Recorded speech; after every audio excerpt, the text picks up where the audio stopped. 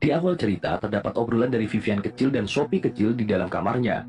Beberapa saat kemudian, para siswi melaksanakan aktivitas mencuci muka yang rutin dilakukan setiap hari. Demi menolong Sophia, Vivian kecil dihukum karena terlambat mencuci muka dan diseret oleh penjaga. Beberapa waktu kemudian terlihat seperti menonton televisi. Para siswi lebih nampak seperti sedang dicuci otak dengan acara itu. Lanjut, saat malam hari, sebelum tidur Vivian terlihat lagi bikin coretan di balik papan kasurnya. Dan dalam scene kali ini, munculnya Brixil pertama kali sebagai seorang mentor untuk membimbing siswi.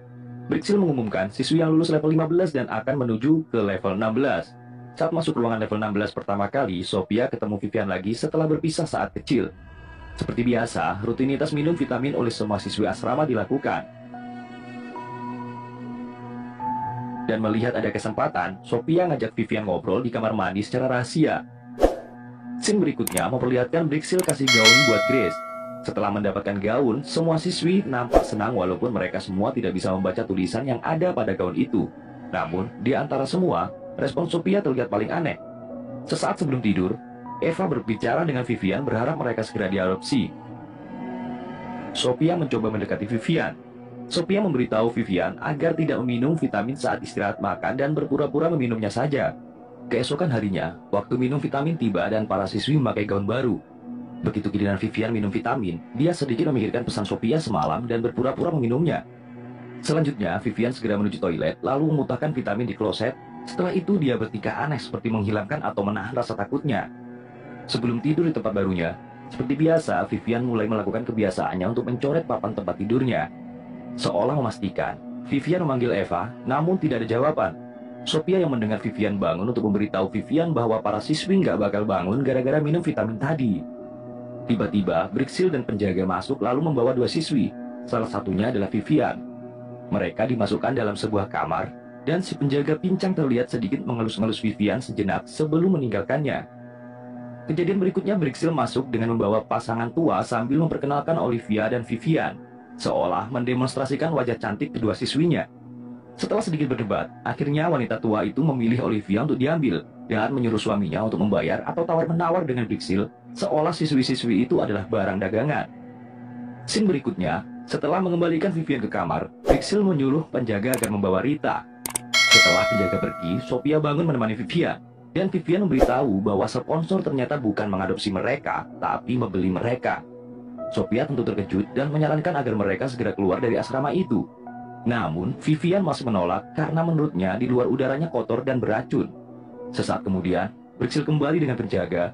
Kali ini dia membawa Sophia. Akhirnya Vivian pun nekat keluar dari kamar untuk melihat keadaan. Vivian hampir kebergok Brixil, namun untung tiba-tiba Brixil mendapatkan panggilan telepon. Setelah memastikan Brixil dan penjaga keluar, Vivian mencoba untuk membuka pintu namun gagal, dan akhirnya kembali ke kamarnya. Keesokannya, Sophia dan Vivian melakukan obrolan inti berdua di kamar mandi. Vivian pun akhirnya mengetahui bahwa Sophia mulai berhenti minum vitamin sudah sejak di level 13. Sophia mencoba menyadarkan Vivian, namun kelihatannya efek pencucian otak pada Vivian masih terlalu dalam sehingga lagi-lagi ditolak. Dalam rutinitas baru di level 16, untuk pertama kalinya, Vivian bertemu dengan Dr. Miru. Suara pria ini selalu mereka dengarkan saat minum vitamin, namun mereka belum pernah bertemu dengannya. Dengan daya pikat saat memeriksa Vivian, Miru basa-basi bilang bahwa Vivian adalah nama yang bagus, sama dengan nama artis favoritnya. Hal berikutnya, Miru menyuntikkan vaksin kepada Vivian dengan alasan untuk menghindari demam. Pada kesempatan ini, Vivian memberanikan diri untuk memberitahu Miru bahwa dia memiliki kudis, dan menunjukkan punggungnya yang terkena kudis itu atas permintaan Dr. Miru. Setelah melihatnya, Miru pun mengoleskan salep ke kudis Vivian untuk meringankan rasa sakit dan agar cepat sembuh. Setelah segmen pemeriksaan kesehatan, para siswi nobar film Moving Picture Night karena malam ini adalah malam ketiga. Walaupun sudah rutin menonton film yang sama berulang-ulang, tapi sepertinya mereka masih sangat menikmatinya, bahkan beberapa sudah pada hafal dialognya. Saat memasuki jam tidur, Vivian mendatangi Sophia di tempat tidur dan menanyakan tentang pil. Sophia menjelaskan bahwa pil putih sebenarnya adalah obat tidur, sedangkan pil biru agar mereka pingsan. Inilah yang menjelaskan kenapa semua siswi seolah pingsan ketika mereka tidur. Entah bagaimana, Vivian tiba-tiba mendatangi Dr. Miru di luar jadwal perawatan tepat sebelum Miru mengunci pintu. Saat segmen bermain bersama, Veronica tiba-tiba terjatuh dan mulai kejang-kejang ketika sedang asik bermain, sehingga membuat panik seluruh siswa yang hadir. Setelah menunggu Vivian kembali dari mengantar Veronica, Sophia menemui Vivian dan berunding untuk segera membawa semua teman-teman kabur. Sophia menceritakan bahwa penjaga berkaki pincang selalu masuk kamar saat jam tidur dan menyentuh semua gadis. Namun, Vivian nampak masih ragu. Segmen menonton film dimulai. Untuk pertama kalinya, Vivian tersenyum saat menonton film yang sedang diputar. Ketika Vivian bertemu Miro saat jam perawatan, Vivian akhirnya bercerita banyak soal film baru yang diputar. Mendengar cerita Vivian, Miro merasa ada yang aneh. Kemudian untuk pertama kalinya, Vivian berdebat dengan Miro. Menghadapi hal itu, alih-alih memberi vaksin, Miro memberikan dosis bius tambahan kepada Vivian. Efek suntikan mulai membuat pandangan Vivian seolah ngeblur. Scene berikutnya, saat segmen merapikan baju, Sophia mendatangi Vivian. Dalam obrolan, Vivian menjelaskan kepada Sophia bahwa setiap hari yang dicoret di papan tempat tidur sebenarnya adalah kalender. Sophia pun berencana untuk mengambil kartu dari penjaga untuk membuka akses pintu. Melihat perbincangan aneh Sophia dan Vivian, Eva melaporkan hal itu kepada Brixil. Beberapa saat kemudian Brixil datang nampak sangat marah lalu membawa Vivian pergi. Brixil menghukum Vivian untuk masuk dalam sebuah sel isolasi. Dan scene berikutnya, Miro mendatangi Brixil dan bertindak mesra seolah mereka sebenarnya adalah pasangan. Saat mengobrol, tiba-tiba terjadi perdebatan antara Miro dan Brixil soal permintaan Alex atau bos klien yang terus meningkat, sedangkan Brixil sudah mulai enggan melakukan semua ini karena bertentangan dengan nuraninya. Pada saat jam tidur, si pincang masuk dan ingin grepe salah satu cewek. Sophia memutuskan mencekik pincang menggunakan tali yang sudah disiapkan dan terjadi kejar-kejaran antara mereka berdua sampai akhirnya Sophia berhasil memukul pincang dengan setrika. Setelah berhasil mengambil kartu dari si pincang, Sophia mendatangi sel Vivian berencana untuk membebaskannya. Namun tiba-tiba alarm berbunyi dan Sophia pun pergi. Saat berikutnya, Vivian dibebaskan oleh Brixil dan dikumpulkan bersama siswi lain. Sepertinya Sophia tertangkap, namun tidak menemukan kartu yang dia ambil. Jadi mereka mencoba mengintimidasi sisa para siswi yang hadir.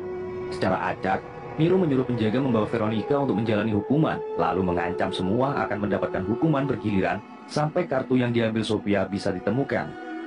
Kemudian, Brixil memberikan pil putih agar diminum langsung oleh seluruh siswi di hadapannya, biar tidak kecolongan lagi. Termasuk Vivian pun tidak lolos dari pengawasan. Saat jam tidur, Vivian mencoba melukai diri agar dia tidak tidur oleh pengaruh efek obat. Vivian mencoba mencari kartu yang disembunyikan oleh Sophia, namun masih sulit ditemukan. Akhirnya beruntung, Vivian menemukannya di sela-sela papan tempat tidurnya. Vivian menggunakan kartu itu untuk membuka pintu. Namun sayangnya kartu itu sepertinya sudah tidak aktif. Dia sempat depresi, namun tiba-tiba dia menemukan sebuah ide. Menggunakan kartu itu sebagai obeng untuk membuka baut pintu. Sukses melepas semua baut, Vivian pun mengangkat pintu itu lalu keluar. Brixil yang berada di ruang praktek Dr. Miro saat itu mendengar ada suara di depan, lalu menyiapkan suntikan bius untuk berjaga-jaga. Brixil menyadari bahwa ada seseorang yang ada di depan pintu, lalu menyuruhnya masuk. Vivian pun masuk lalu menanyakan di mana Sophia. Namun, Brixil mengancamnya dengan suntikan bius yang sudah disiapkan. Perkelahian keduanya pun tak bisa dihindari. Namun Vivian memenangkan perkelahian itu lalu menyuntikkan bius yang terjatuh ke lengan Brixil. Sukses lolos, Vivian akhirnya berhasil menemukan pintu keluar. Namun mengingat Sophia masih di ruang hukuman, maka dia berbalik untuk membebaskannya. Karena pernah dihukum juga, akhirnya Vivian tahu lokasinya dan bisa menemukan di mana Sophia disekap. Segera menyelamatkan lalu mencari tempat untuk melepaskan ikatannya. Setelah keluar, mereka menemukan tempat penyimpanan alat-alat bedah, lalu memutuskan pengikat tangan Sophia. Namun mereka curiga akan tempat itu dan memeriksanya. Ternyata, ada tubuh teman mereka yang terbungkus dan tanpa kulit wajah. Salah satunya adalah Rita. Takut hal buruk akan terjadi, Sophia semakin memutuskan untuk menyelamatkan semua teman-temannya. Namun, Vivian memilih untuk pergi dan menunjukkan pintu keluar kepada Sophia, lalu menyerahkan kartu. Sophia pun memohon kepada Vivian agar menunggunya paling tidak 1 kali waktu makan. Sophia mengganti bajunya, lalu masuk ke dalam ruang bimbingan temannya dan mengajak mereka pergi dengan alasan disuruh oleh Brixil. Tanpa curiga, mereka pun mengikuti Sophia. Dan di saat yang berbeda, melihat penjaga masuk ke arah ruangan siswi, Vivian pun mengikutinya.